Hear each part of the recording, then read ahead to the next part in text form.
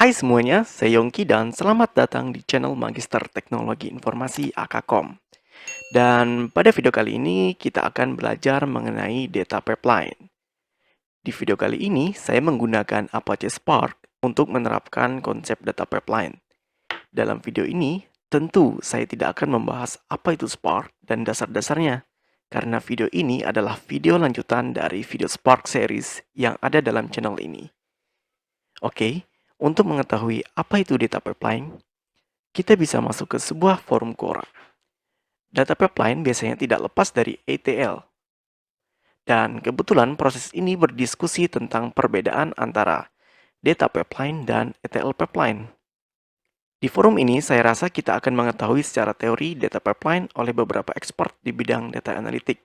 Contohnya Om Jack Stein dari Stitch. Data pipeline adalah istilah umum, yaitu proses memindahkan data dari sumber ke tujuan atau target. Sedangkan ETL adalah extract, transform, dan load, yang digunakan untuk proses memindahkan data yang diekstraksi dari sumber ke tujuan, tempat memuat data tersebut. Dalam hal ini, extract maksudnya adalah proses memilih dan mengambil data dari satu atau beberapa sumber, dan untuk membaca atau mengakses data yang dipilih tersebut. Sedangkan transform dalam hal ini adalah data yang telah kita ambil dari proses ekstrak akan kita modifikasi atau kita bersihkan sebelum masuk ke dalam proses load. Dan proses load sendiri adalah proses terakhir yang berfungsi untuk memasukkan data ke dalam target terakhir, yaitu dalam data warehouse. Oke, kita scroll ke bawah. Di sini ada Om Charles Wang dari Fivetran. Di sini beliau mengatakan bahwa data pipeline adalah proses memindahkan data dari sumber ke tujuan atau target. Sedangkan targetnya adalah data warehouse. Selanjutnya kita scroll ke bawah, ada Om Ofri Reviv. Di sini mengatakan bahwa data pipeline terbagi menjadi dua. Ada ETL pipeline dan ELT pipeline. Ini adalah tipe-tipe dari data pipeline. So, perbedaannya apa nih? Tenang dan jangan khawatir. ETL dan ELT secara umum konsepnya hampir sama. Bedanya adalah proses transform pada ELT dilakukan pada akhir. Oke, untuk lebih jelasnya, di sini kita akan mencoba melakukan proses ETL menggunakan Apache Spark. Alurnya adalah kita menggunakan sebuah source data, kemudian source tersebut kita transformasikan menjadi lebih baik untuk kita load ke dalam sebuah database. Baik, kita buka kaggle.com. Di sini saya mempunyai sebuah data coronavirus 2019 dalam bentuk CSV file. File-file ini adalah file-file secara gratis dan kita bisa download. Setelah kita mendownload COVID-19 all CSV ini, hal yang kita butuhkan selanjutnya adalah sebuah driver. Driver konektor MySQL, karena dalam hal ini saya akan menyimpan sebuah data-data CSV ini ke dalam sebuah database MySQL. Kalian bisa download dari devmysql.com dan untuk pengguna Windows, kalian bisa masuk ke halaman ini dan kalian bisa mendownload dalam bentuk file zip.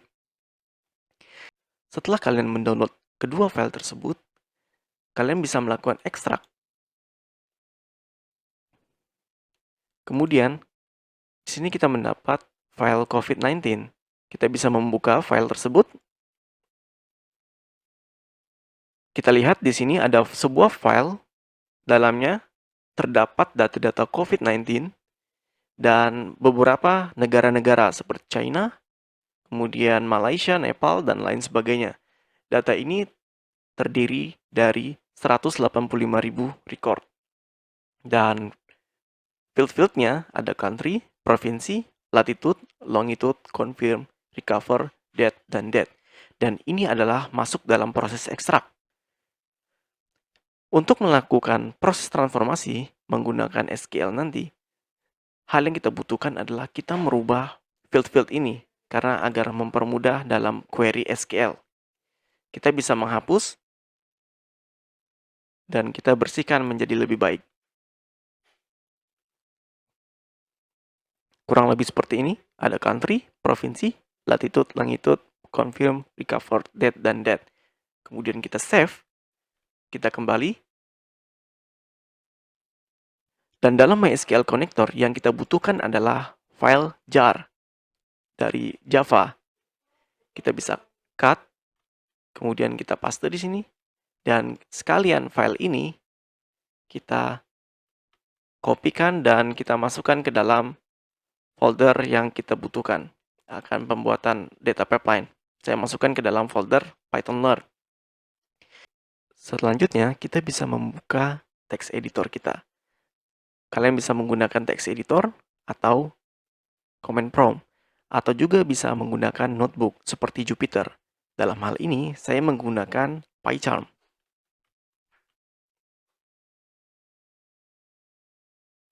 Setelah PyCharm terbuka, kalian bisa membuat sebuah project baru. Dalam hal ini, saya sudah membuat sebuah project bernama Python Learn. Saya klik, dan kemudahan PyCharm adalah kita langsung terintegrasi dengan kedua file ini, karena saya menyimpan dalam sebuah Python Learn. Kemudian kita bikin sebuah file bernama data pipeline. Selanjutnya, yang kita butuhkan adalah kita mengimport Spark Session di dalam paket PSpark SQL.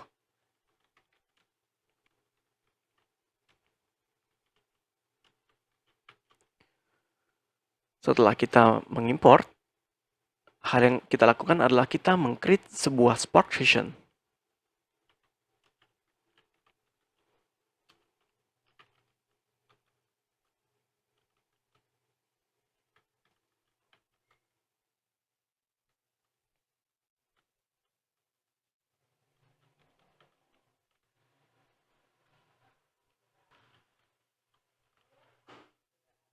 Oke, di sini artinya kita membuat sebuah Spark Session di dalam sebuah variable scSpark, yang mana Spark Session-nya bernama reading CSV.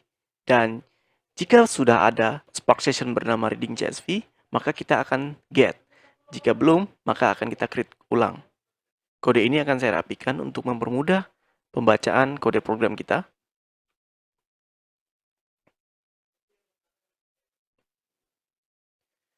Oke, selanjutnya yang kita butuhkan adalah alamat path dari file tersebut. Kebetulan saya menyimpan sebuah path filenya dalam folder yang sama.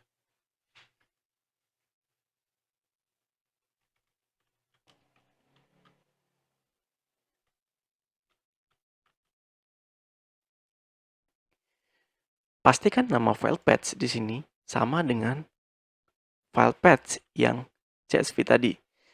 Jika kalian menyimpan di dalam sebuah file lain, kalian bisa menggunakan path tersebut. Misalnya, file path C dan bla bla bla, bisa saja.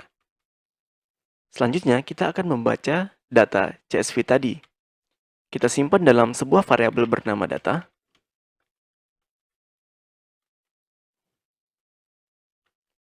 File path-nya, kemudian header. Header ini maksudnya adalah kita memiliki dalam CSV tadi ada header, country, provinsi, dan lain sebagainya. Kemudian kita lakukan pemisahan pada separator. Kebetulan pada CSV kita, separatornya adalah koma. Jika separator kita adalah pagar, maka kita bisa menggunakan hashtag seperti ini.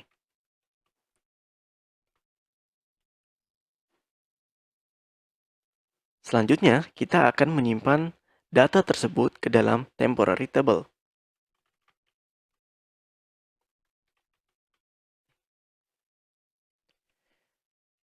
Dalam hal ini, kita menyimpan dalam temporary table bernama COVID. Oke, di sini akan saya buka kembali file CSV tadi. Dan kita lihat, di sini ada banyak sekali data-data. Dan dalam hal ini, kita akan menganalisis hanya data pada negara China. Maka dari itu, saya akan memproses dan membuat tabelnya menjadi China, COVID China. Tentu ini adalah opsional. Kemudian, kita bisa melakukan query output. Kita bikin sebuah variabel bernama output.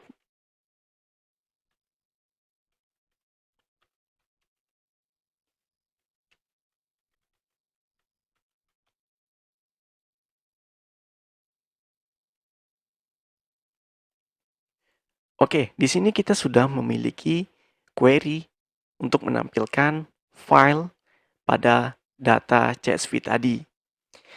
Kemudian kita tinggal melakukan output pada variabel output ini. Selanjutnya, kita akan coba menjalankan.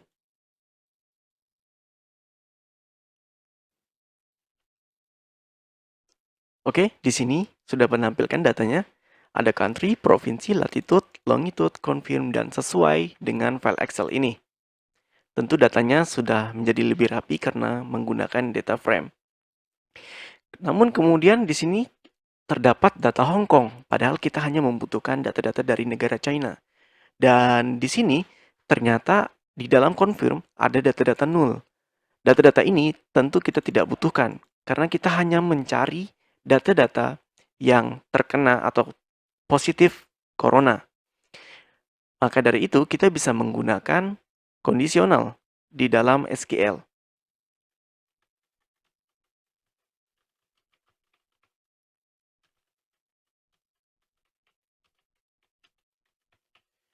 Oke, di sini kita hanya menambahkan sebuah negara China dan hanya boleh yang terkonfirmasi. Artinya, kita hanya melihat yang berkonfirmasi.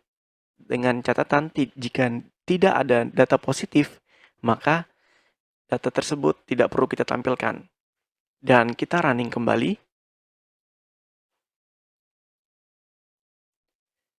Oke, datanya sudah muncul. Di sini kita melihat hanya country yang bernama China saja dan konfirmasi tidak ada yang bernilai nol sekarang. Datanya sudah kita transform dan ini adalah proses transformasi. Selanjutnya, kita akan melakukan proses load, yaitu proses terakhir. Proses load kita bisa menggunakan atau menyimpan ke dalam sebuah database ataupun ke dalam format lain, misalnya XML atau JSON. Jika Anda ingin mengkonversikan data-data ini menjadi format JSON, hal ini sangatlah mudah.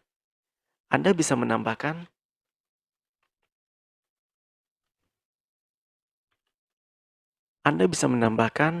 format JSON seperti ini, kemudian kita save ke dalam sebuah file yang kita namakan misalnya filter.json.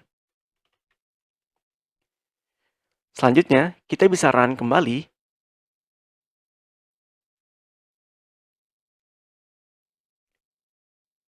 dan lihat, di sini kita memiliki sebuah folder bernama filter.json dan ini adalah output dari konversi yang kita lakukan tadi.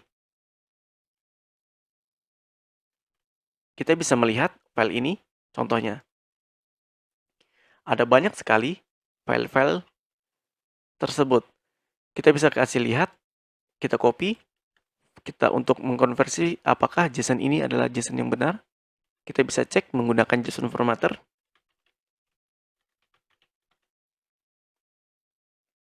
Kita paste di sini, salah satu, dan kita proses. Dan di sini kita lihat format JSON-nya adalah objek. Ada country, provinsi, dan sama seperti pada data frame yang tadi kita tampilkan. Selanjutnya, file-file ini kita bisa menggunakan bahasa lain untuk langsung mengeksekusi atau menganalisis data-data tersebut. Atau kita juga bisa menyimpan data-data ini ke dalam database.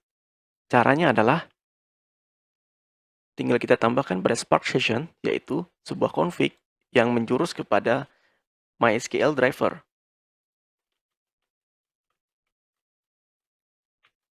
Dan kita bisa arahkan ke dalam file MySQL connector yang sudah kita download tadi. Untuk memudahkan pembacaan kode program, maka saya akan mencoba merapikan kembali.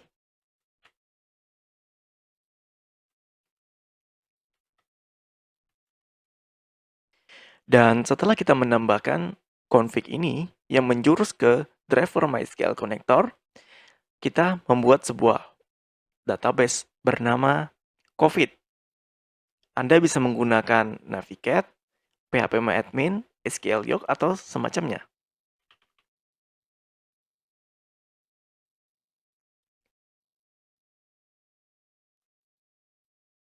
Struktur database yang kita buat akan menjadi kurang lebih seperti ini.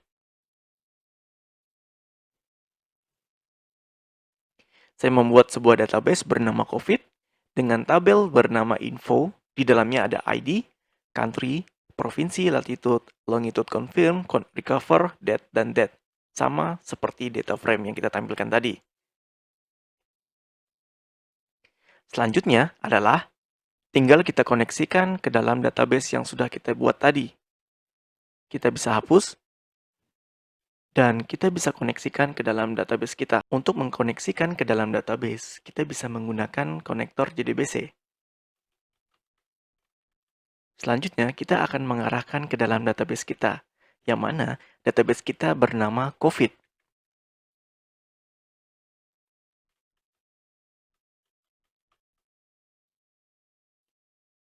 Selanjutnya, kita akan mengarahkan ke dalam tabel kita. Tabel kita adalah tabel info.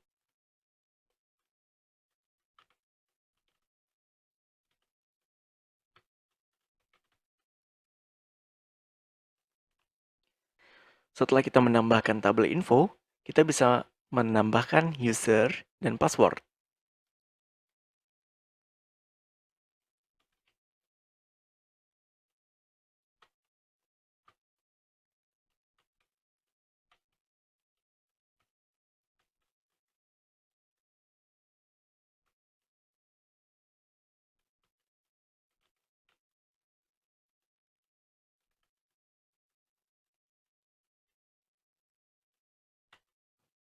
Oke, kurang lebih seperti ini.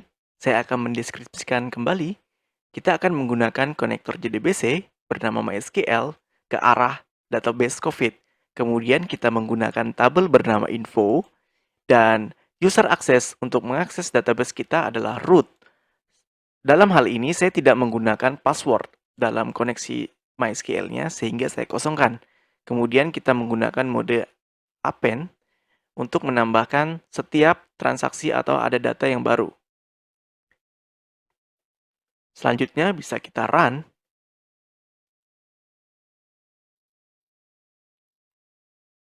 Kita lihat di sini, data sudah berhasil disimpan tanpa error.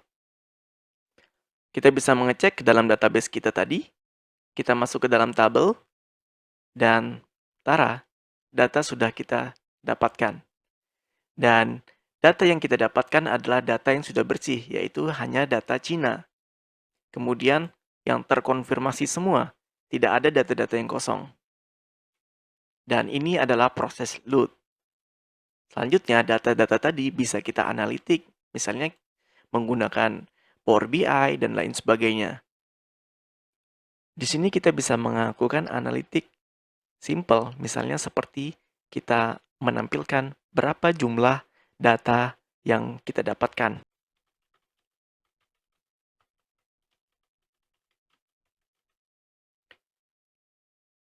Kita run, dan tara, datanya ada 3.749.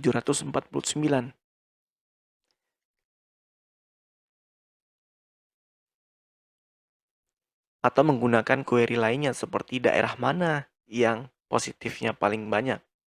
Bisa menggunakan query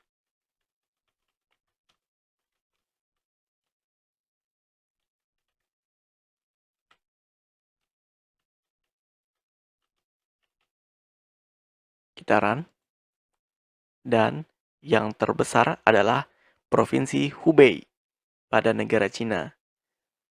Daerah terkonfirmasi ada sekitar 68.134 pada update bulan 5 tanggal 10 kemarin. Wow, dan ini sangat banyak. Kita doakan semoga cepat berlalu. Oke, sampai di tahap ini kita telah menyelesaikan proses ETL.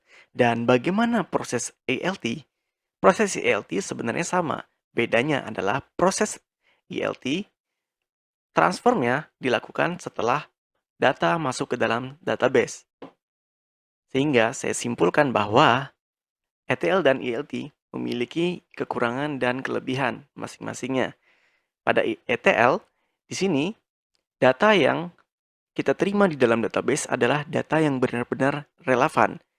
Artinya, data ini harus benar-benar kita butuhkan dan kita desain sedemikian rupa sehingga tidak ada terjadinya perubahan data-data ke depannya.